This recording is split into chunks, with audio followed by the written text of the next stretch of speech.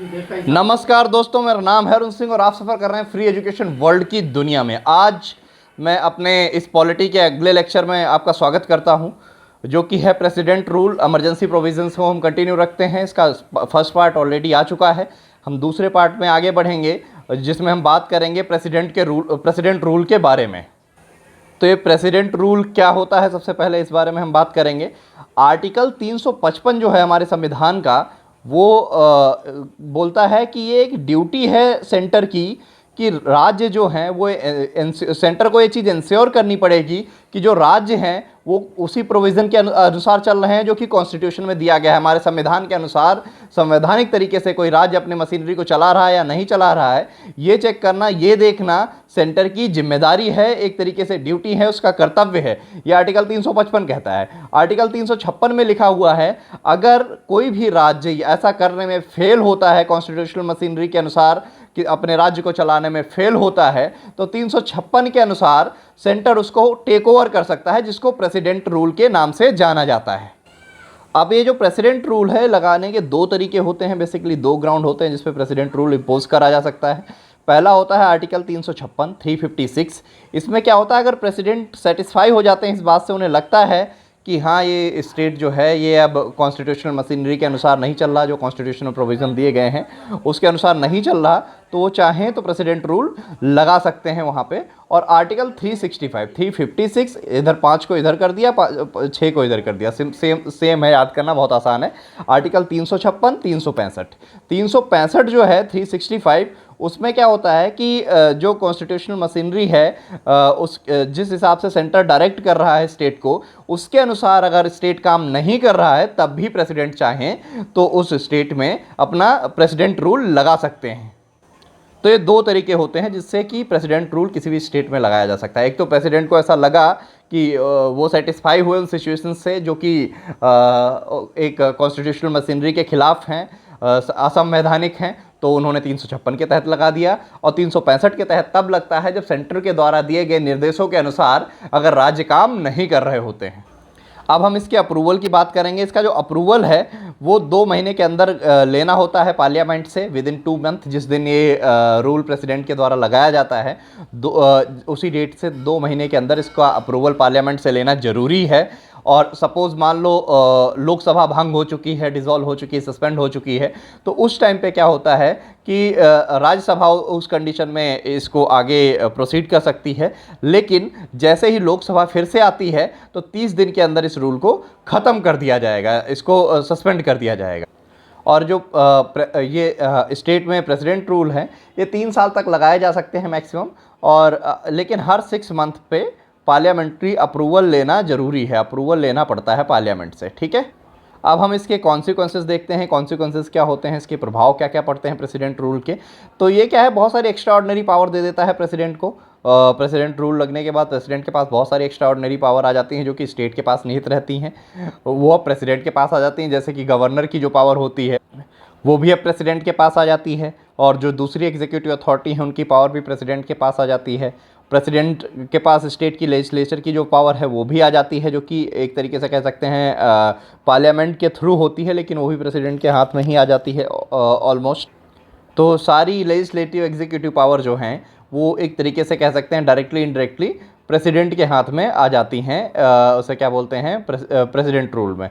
President rule में सारी power president के पास आ जाती है। अब इसका स्कोप देखते हैं, जुडिशियल रिव्यू का क्या है, क्या जुडिशियल रिव्यू इसका हो सकता है या नहीं हो सकता है। तो इस बारे में अगर हम जुडिशियल रिव्यू की बात करें तो पहले क्या था, आर्टिकल जो 38 अमेंडमेंट था 1975 में, जो इमरजेंसी लगाई गई थी, हमारे संविधान के साथ बहुत छेड़छाड़ करी गई थी उस समय, मैंने आपको लास्ट लेक्चर में भी बताया।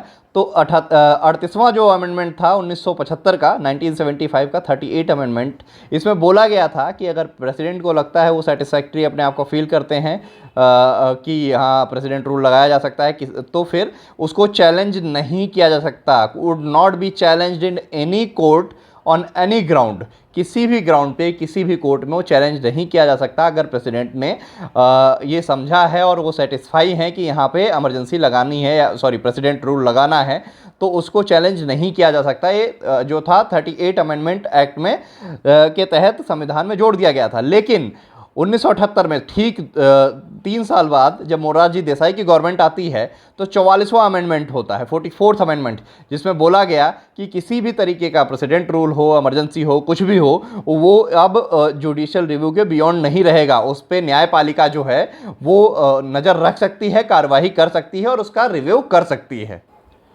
अब हम नेक्स्ट देखेंगे फाइनेंशियल इमरजेंसी, जो आर्थिक इमरजेंसी है। ये क्या होती है? आर्थिक आपातकाल जो है ये आर्टिकल 360 के तहत हमारे संविधान में दिया गया है।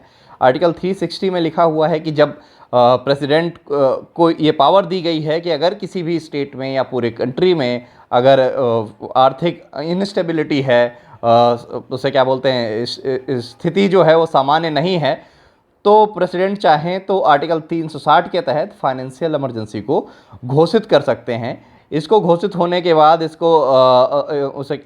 इसके इम्प्लीमेंटेशन के लिए विद इन 2 मंथ्स, जिस दिन से लागू की जाती है 2 महीने के अंदर, उस दिन से 2 महीने के अंदर पार्लियामेंट के अप्रूवल की आवश्यकता होती है। दोनों हाउसों से, लोकसभा तथा राज्यसभा दोनों हाउसों से आवश्यकता होती है। लेकिन मान लो अगर फाइनेंशियल इमरजेंसी के अनुसार लोकसभा डिसॉल्व हो जाती है या उससे पहले डिसॉल्व हो जाती है, बाद में बीच में डिसॉल्व हो जाती है, तो उस समय राज्यसभा संभाल लेती है इसको आगे अप्रूवल देने का काम।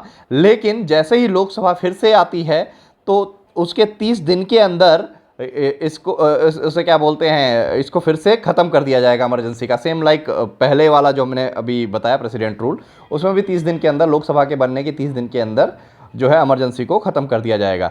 लेकिन एक बार अगर ये अप्रूव हो जाती है तो इसको इंडिफिनिट टाइम के लिए बढ़ाया जा सकता है, जब तक कि इसको रिवोक ना किया जाए। अब देखेंगे इसमें इफ़ेक्ट्स क्या क्या हैं, क्या क्या इसके प्रभाव होते हैं।